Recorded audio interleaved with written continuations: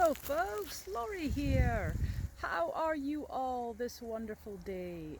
It is Saturday at the beginning of August 2020 in the beautiful Highlands of Scotland, and I'm out on the field again getting to detect. Hooray, hooray. I spent last Saturday being taunted by being around detecting locations, but because I was filming for the teaser for the metal detecting TV show that we're trying to get made, I only got to play around the edges of detecting and not actually get to detect. And I was gutted because my club actually got a new permission and I wasn't able to get out on it because I was filming other people's finds on it. But today is a different story and I have managed to get out onto this field. Now, I want to preface this by saying I am in the Highlands of Scotland and your soil may not be the same as mine, and what works for me may not work for you. So this is just advice to give things a try and see.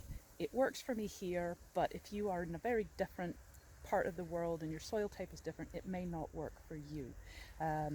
Just putting this out there because I've been having discussions with Andy Sabish, who writes a fantastic book on how to use the equinox and tells you all kinds of programs and everything you could ever want to know about the equinox. And he's currently doing one for the Simplex, which is hopefully out in October, and I would recommend everybody get one because it will have everything you need to know about the Simplex in this book. And one of the things Andy brought up to me was, you're in the Highlands of Scotland. It can be very different for somebody in America.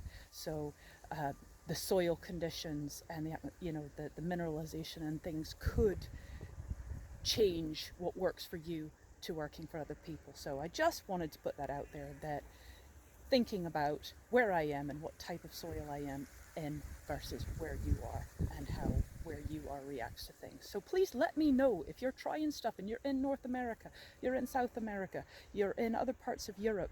Let me know if the things that I'm finding work for you, because I want this to be a clearinghouse for all things Simplex, and if we can help each other. That's the whole thing. I want to help each other in what we find that works and what tips and hints we can give each other.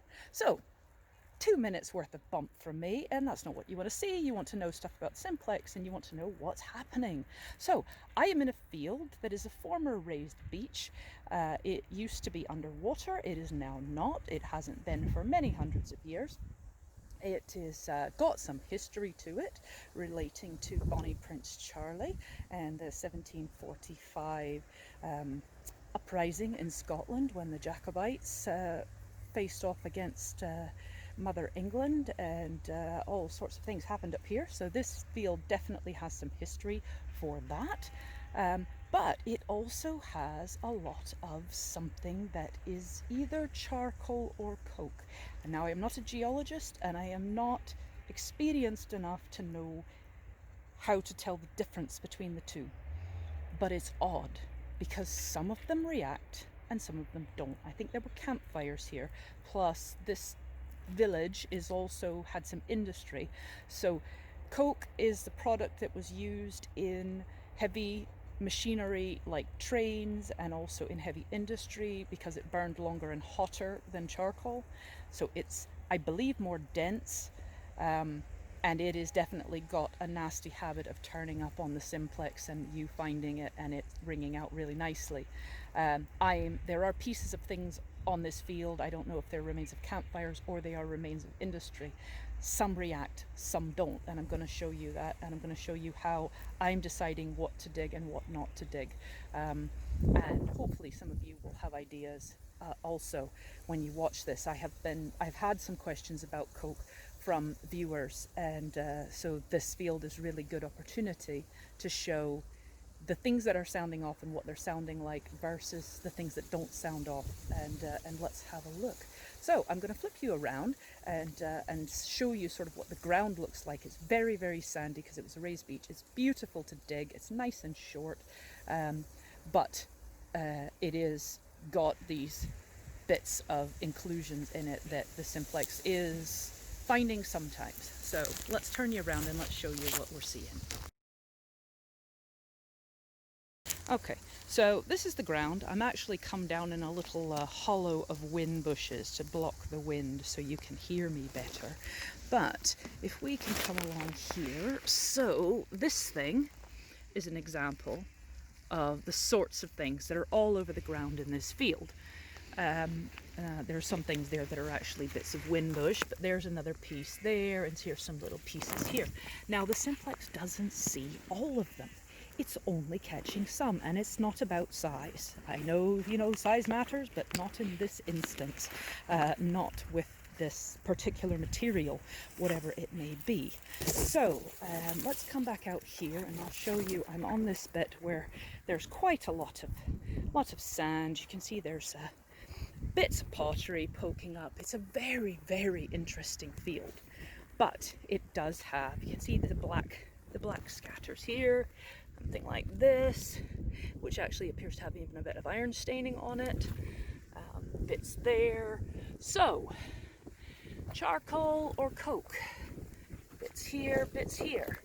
So what I'm going to do is I'll get us back to the Simplex. I'm trying to keep you protected from the wind. I'll get us back to the Simplex and we'll go over some of this stuff and we'll see what we're hearing as we swing and how it sounds. Hello everyone, I'm hoping you can hear me over the wind. I'm trying to block you a bit. I want to show you where we're starting out today. So on this field it's very quiet, so I have full sensitivity up. I've got the SP24 coil. I am on Park 1 and I owe an explanation. I have said on a couple of videos and forums that I run my iron at full blast. I have now turned that down to 2, but the reason I run it on full blast is not anything to do with sensitivity.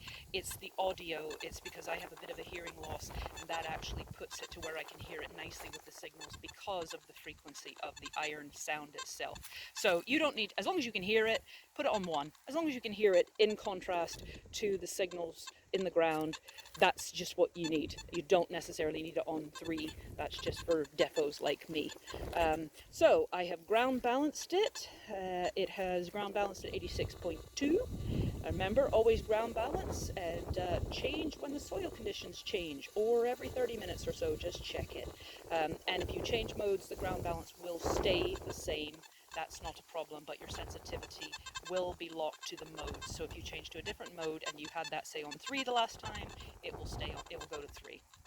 So full sensitivity, Park 1, because I want separation but some depth. There is no mineralization in this soil at all. And she's chattering away there, as she does, being a Simplex, but I've also got her sitting on one of these little signals. So there we go. You can hear the bit of the iron grunt behind it, but a beginner might hear that and think, oh, that's a signal. Turn it this way. Very jumpy, iron behind it. Come around here. Still, only just catching it there. Now, we'll move that little piece of thing. There, see, there it is, over there now. Signal's gone. It's that little beast there. But it just depends on how you catch it. And you can also see how deep it's saying it is. It's saying it's right down deep, but it's not. It's that thing right there, just right there in front of the coil. That's what's causing all the problem. That little blighter right there. But it's jumpy, it's broken, it's grunting. Don't dig it. I'll see what other bits of this stuff I can find, and I'll show you that not every piece that you run over, that one's not reacting. Let's see if we can find some more. There's plenty around here. There's some bits of pottery. Again, very interesting field. Let's see, there will be more of this stuff. There's a piece there, not reacting to it. There's some pieces there. Only a little bit. And actually, it's reacting more to this PD one, this little one, than it is to the big one. Oh, now it's going to react to the big one. It wasn't earlier. Just the angle. So, that's a piece there. It's not reacting to it at all. So, it just depends on the piece. And they are in this field. There's a piece there. That's the same sort of thing I'm getting. Jumpy, jumpy, jumpy. Bits of grunts of iron. Just enough to say to me, You don't want to dig that. There's another one. Don't dig it. That's the sound, don't dig it. There's a piece. No reaction whatsoever. That one doesn't exist. It's not something you can say definitely do this or don't definitely do this, because they're just so variable. Now, I did find a signal before I started filming, just here, which I left my spade at. So I thought we could dig that together and we'll see what it is. But let's have a listen of it first. Hear the difference in that. It is jumping from the mid-20s to 30, but we turn the other way. Now we're getting higher numbers and a little bit of a grunt. And again, good solid signal. No idea what it is. It's a little bit broken, so it may be junk, but let's have a dig and see what we've got. Well, here we go. The joy of detecting. It's a shotty. That's all it was. That's why it wasn't coming in completely clear. But we'll check the hole and I'll head out in the field and I'll see if I find another one of these really strong signals of this black stuff, and I'll tell you how I determine if I'm actually going to dig something or not, and we'll see if we can find any other real signals. Okay, folks, I believe this to be one of those signals. Very jumpy, slight grunt of iron. But I came across it like that, you can hear. That's certainly going to catch your attention. Let's hear what it sounds like in field.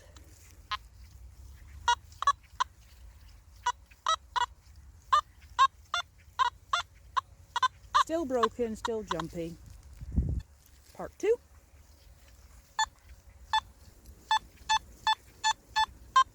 You might be more inclined to dig that because it is sticking at the top 60s there, and all metal.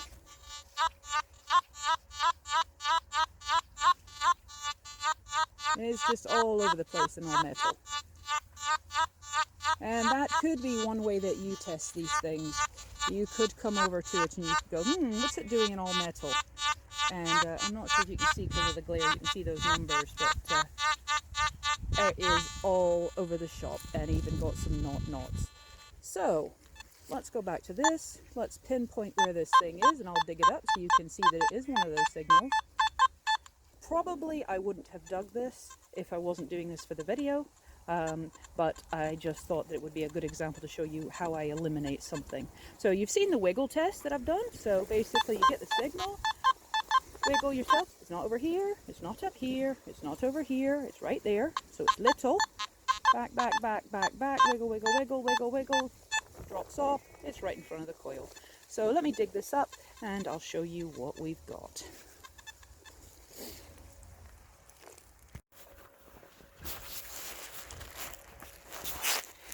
Okay, so here we have another example of how you would know. I have dug the plug, dug the hole, and the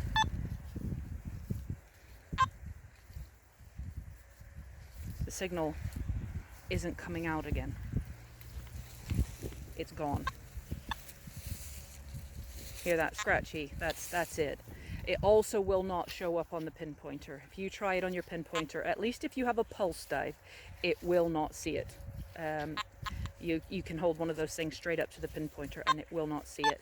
I think it's probably maybe catching it just in there, but it's nothing like it was because we've disturbed it. If that was a bit of metal, you would know about it. You would know that there was something in there, even a very small piece with the Simplex, especially on full sensitivity. So that's telling me it is a bit of charcoal that's in there, or coke, and this was a false alarm. And I have located it for you. Right there is the little blighter just in front of the coil. That's what was setting it up. And I'll get the pinpointer out and I'll show you that the pinpointer does not react to these things. So we'll get the pulse dive on. There she's on. Test it on the watch. Oops. There we go. Set it off from the phone, from the watch. Look, nothing at all. Simplex screams. Little black stuff, no screaming. So that's what was causing that signal. Does not react on the pinpointer. If I wasn't trying to prove a point with this video, I don't think I would have dug that, because that's the kind of sound you want to change directions, change mode, try all metal, see if you can get anything at all that tells you, this is an iffy signal. If you choose not to dig it, yes, you might be missing something good. You might. But you also might spare yourself digging a lot of whatever this thing is. So it's up to you. That's how I do it. Let me know how you do it, and I'll bring you back when I find a signal on this field that isn't something like this. Right folks, I've spent an awfully long time up on this bit, on this ridge, because I felt that this ridge was a nice high point where you could look up there towards the road and actually maybe have spotted what was coming. It's the highest point in this field, so it seemed to me a good place to spend a lot of time. It has meant that I've been whittling through a lot of these little black signals. I don't know if you can see them all out there, but they're out there. But I have found one now. Sorry about the gloves in the shot. That is to protect you from the wind that we're getting because we are coastal here.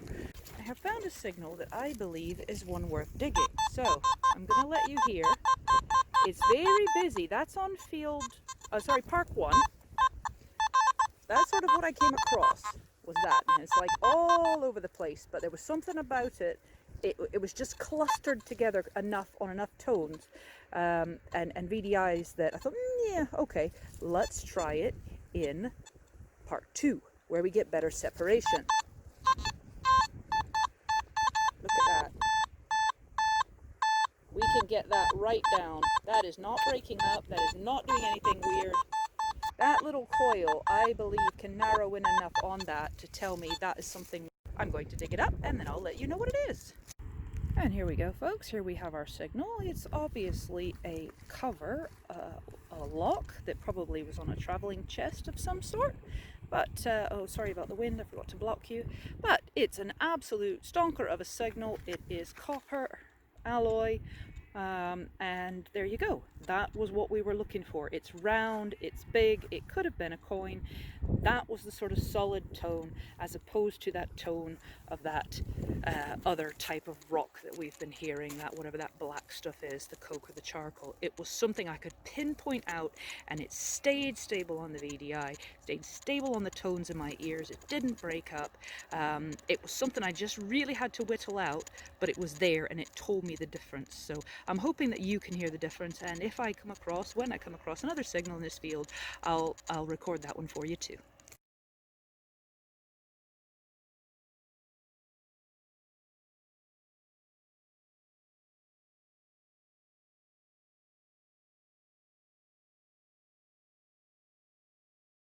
Okay folks, here we go. Have a listen to this.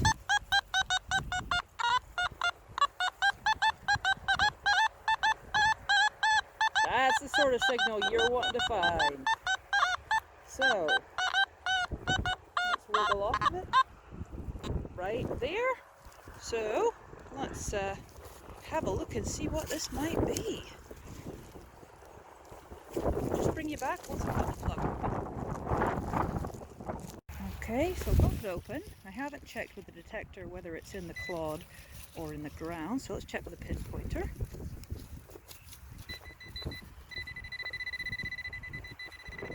It's coming up right there.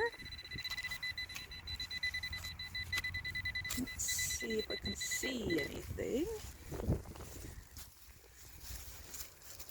It's kind of high, and that's a worry, but what have we got? We have a very strange bent bit of some sort of copper alloy. But I have seen some cracking things coming up in this field. I have seen cat badges from different military regiments. I have seen just some really cool stuff. Could have been that. Maybe the next one will be. Stay tuned. Okay folks, last signal for the day. Let's hear this one.